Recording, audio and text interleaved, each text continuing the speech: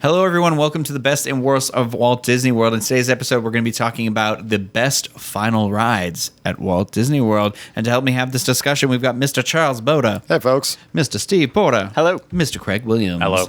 And myself, as I said earlier. But so what we're going to do is we've each picked what we believe, if it was our last day on our Walt Disney World vacation, or if we were leaving Florida and moving away and we weren't sure when we were coming back to Disney World, like what's that last ride that we have to do that like leaves that savory taste in our mouth, you know, that Disney World taste. Copper pennies. You know what I'm talking weird. about. Yeah. I'm imagining Disney World to be a steak, and we're taking the last bite, and it's delicious. Why are you cutting if it's the last bite? Wouldn't it be dessert? Are we not ordering dessert? I don't know, Steve. That is a valid question. Well, Corey Shut up, does everyone. order steak for dessert sometimes, so. That is true. Well, yeah. So that we call Disneyland the dessert steak. So, Steve, you know what? We're starting with you. I'm curious. So I'm picking Big Thunder Mountain. It's not my absolute favorite Disney attraction, but I picked it for a couple reasons. We've talked about this before on attractions that we like to ride at night. So I'm envisioning that this is going to be towards the end of the night. So Big Thunder Mountain is great then.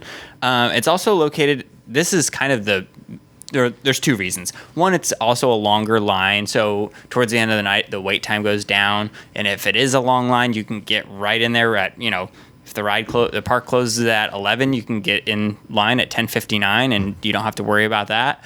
And the last reason is because it's located in the back of the park, or kind of towards the back of the park.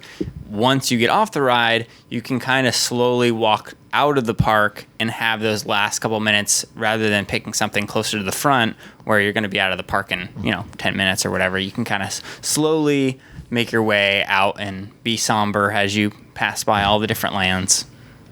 Yeah. That's good reasons. Okay. Yeah. Well, it's sticking with that railroad theme. Mine was actually the Disney World the railroad at Magic Kingdom. I think that's that. I debated a little bit about like that, the People Mover or Liberty Bell, because I wanted something where maybe it wasn't high thrills, but I could still be up and see stuff. I like to kind of have that.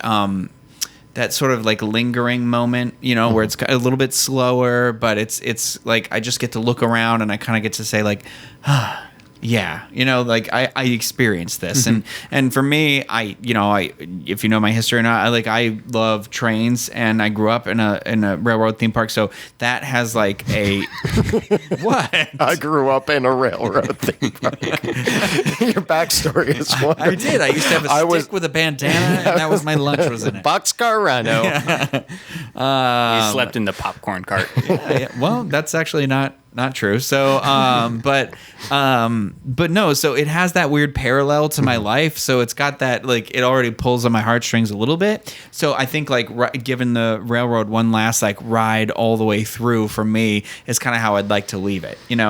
So I will say I almost picked the railroad for a lot of the same reasons that you're saying, and I think it's because a lot of Disney vacations are go go go go go.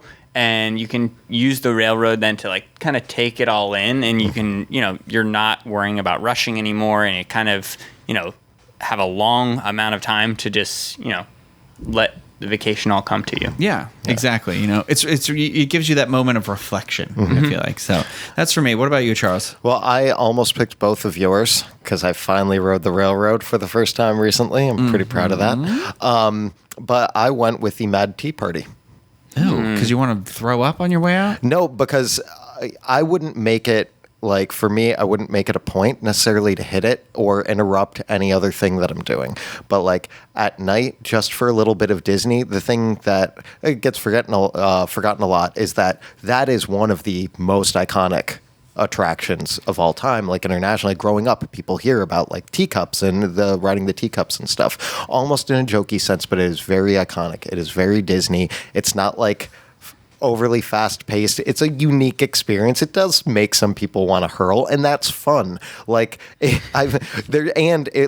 there's nothing funnier than seeing somebody miserable and not enjoying themselves on the teacups. Like, just anything that happens in the context of that ride is enjoyable to me, but also it's so lighthearted. It doesn't take itself seriously. It's so Disney, and doing that at night as like one final last little check, that last check mark that like we've done everything else. We've done all the big, huge ones. We've done Flights of Passage. We've done all this other stuff, but like, let's make sure to hit the teacups on the way out.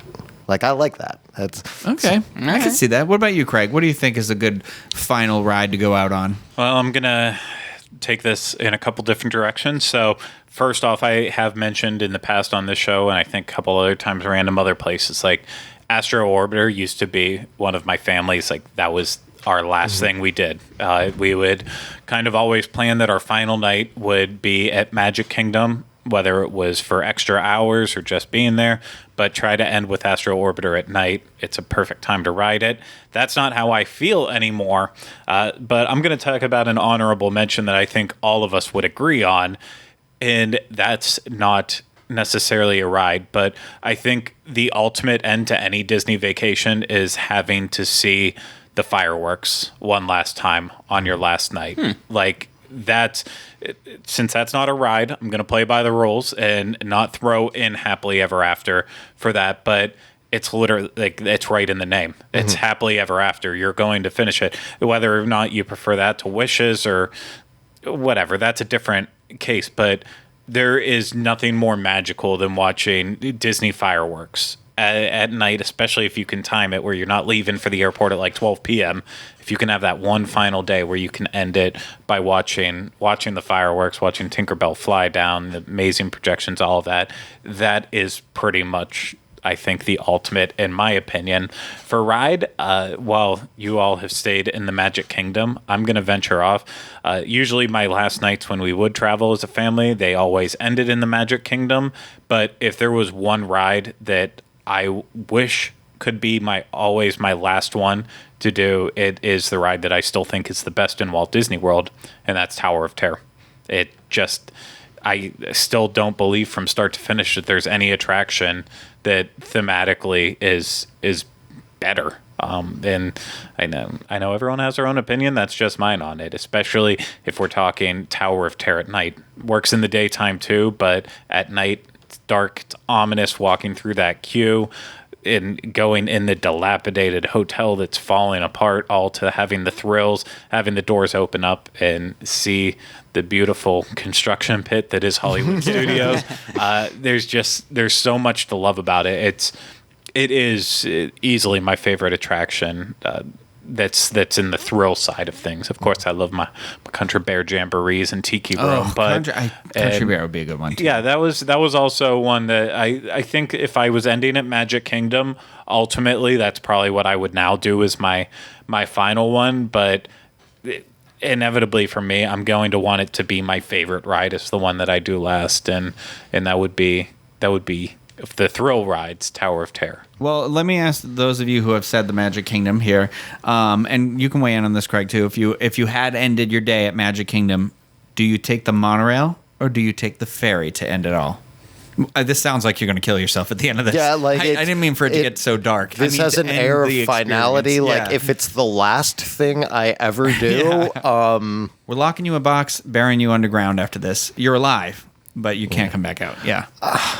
I'd probably, if it was like the last trip I ever made, I'd probably take the monorail to get there and take the ferry on my way out. Well, obviously, that's how you should do it. But, Craig, what do you think? How do you leave it? No, I'd agree with that. So the ferry on the way out at night, while sometimes it's obnoxious because of the lines, and depending on what the weather it is, it can either feel way too hot on that boat, or you can have a chilly nip in the air. Yeah, I love when the wind's blowing and you can look out one of the windows and just be like, but my day. There's something about watching, you can see the castle just slowly start to disappear as you move closer to the TTC, whereas the monorail, you going on the express one, at least you shoot off right away and you go around the Grand Floridian and you just kind of lose that view. So I guess if you get on the resort one going back and kind of cheat that way, you can get those last views of the castle and Space Mountain, still go through the Contemporary and have that fun. But if it's express monorail versus ferry boat ferry on the way out for sure. If it's one or the other, I'm going to say, as much as I don't take the ferry boat very often, I'm going to go the ferry boat for the reasons that Craig said. You know, you got that slow pull away from the Magic Kingdom. But I'm going to, if I can change this up a little bit, I would say for me personally, I would get on the Polynesian transportation boat and then walk from the Polynesian to the TTC if my car was parked there. All right, you're adding a little bit of flair there at the end of the day. Okay. You wore those buttons. So now, are we taking the bus back to our resort, or are we grabbing a minivan? Well, if we were Dr. Ashley Tharp, we'd be in that minivan, no question. Okay. You know we would. Now, are we taking the Magical Express, a minivan, or an Uber to the airport the next day? Or an Uber XL. Okay. Secret hidden answer. Craig's driving us all. I'm not going to the airport. I'm going to the pier. Well, there you have it, guys. Those are our what we feel like are the best final attractions to end your Walt Disney World vacation or visit on. Let us know what you think are yours and the reasons why, because we would really like to see that. Leave them in the comments on this video.